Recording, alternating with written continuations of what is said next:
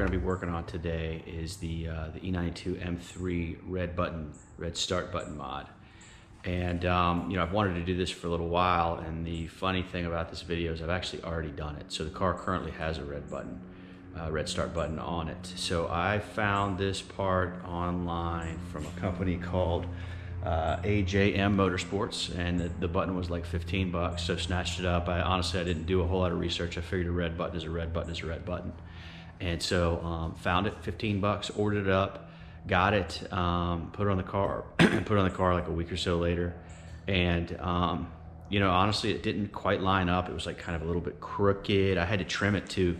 But when I put it on, it just didn't look factory to me.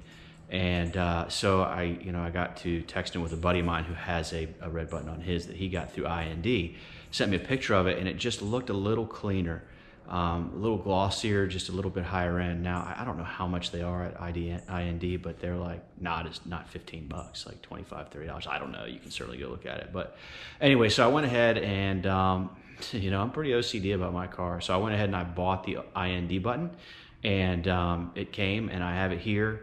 I'm going to, you know, deinstall the AJM Motorsports button, and I'm going to put in the IND button. But what I'll do for this video is I'll put them side by side to kind of talk a little bit about my impressions of them, and then we'll see if indeed it's worth spending another, you know, 10, 15, 20 bucks on a little plastic red starter button. You know.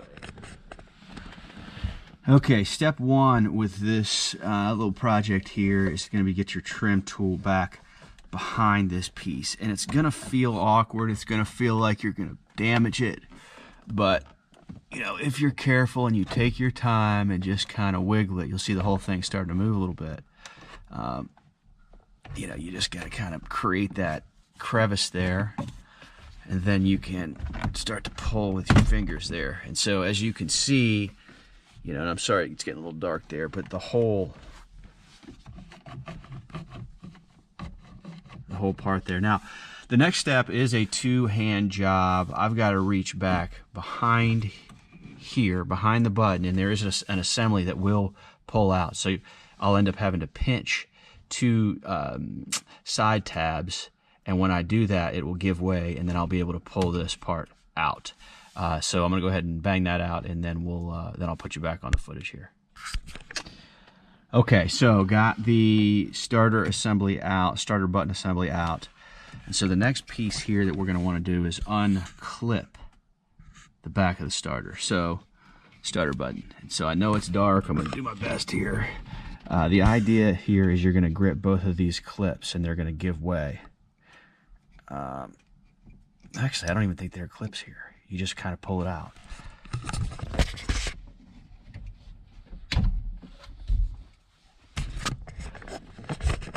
Yep, so there it is. As you can see, that just pulls right out there.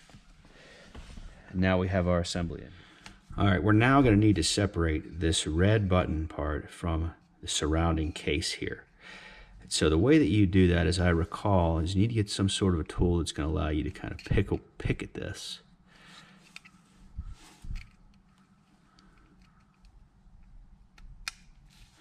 I really don't want to break it. That will suck. Okay, so there's that, and if you get up on it, you're going to see it's basically almost like a little bottle cap piece. So you're going to want to carefully pull this off here.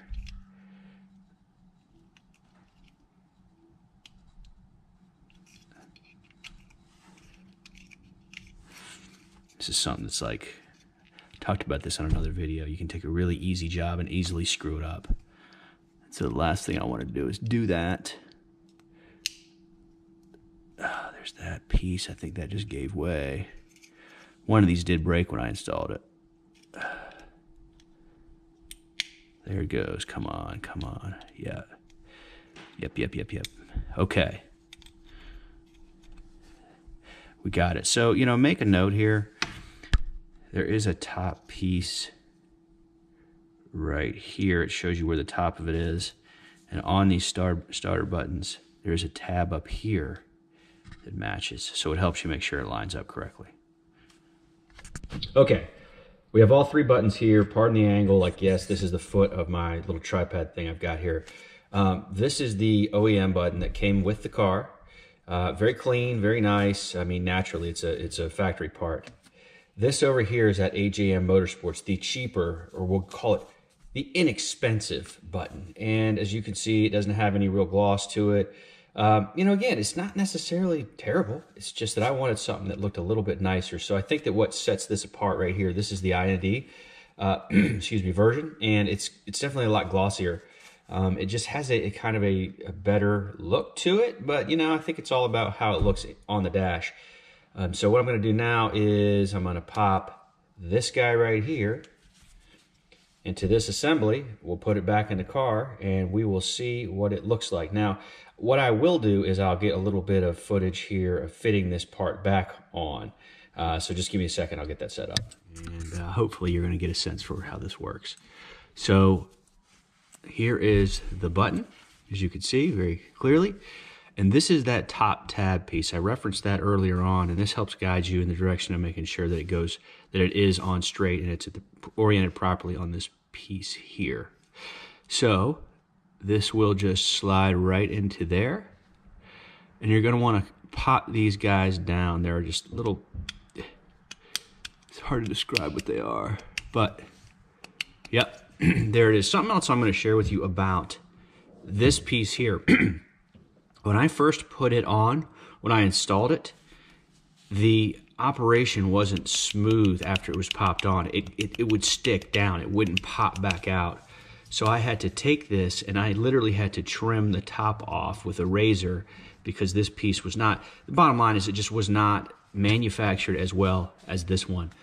So let's go ahead, let's pop this onto the dash and see what we see. Getting back in the car here. So as you can see, maybe this will help you kind of understand what's going on back here. You have your wiring here, then you have the hole where this thing fits. And what I'm going to do is I'm going to get this oriented properly, slid back in there. We'll definitely want to plug that back in, and then we'll push the piece back on the dash piece. So let me set the camera down and make this work. And I just almost screwed up big time. So don't make the same mistake I did. It's like, what's this missing? Oh, it's missing the silver cap. So hang loose, I'm gonna go get that. All right, back to it. We're gonna put that piece back on there and then I'll show you what it looks like finished up. You know, it's funny, I just started pushing back this dash piece and noticed that it's not really fitting quite right. It's just a little bit loose. I mean, it's fine. You can't tell unless you really start pushing on it. But I looked back there and noticed that little blue piece seems to have gotten a little bit chewed up from putting it on and off and on and off. So not sure what that piece is called, but I'm likely going to have to order one up to replace it just because that's how I am about my cars. So in the meantime, push this guy back on, and as you can see, yeah, there's still a gap there, and I think it's because it's not really chewing or biting in that slot there, so that's too bad, but you know, have to get it figured out. I guess that's part of the hazards of the deal. So I think that this button looks a lot better. I think it's about the shine to it. I think it just looks more finished, more professional. And so hopefully, you know, you found something valuable here today. For me, this is really a test. I just got this video camera, and I'm really, frankly, just learning how to do my own mods. So anyway, that's it, and thanks for checking it out.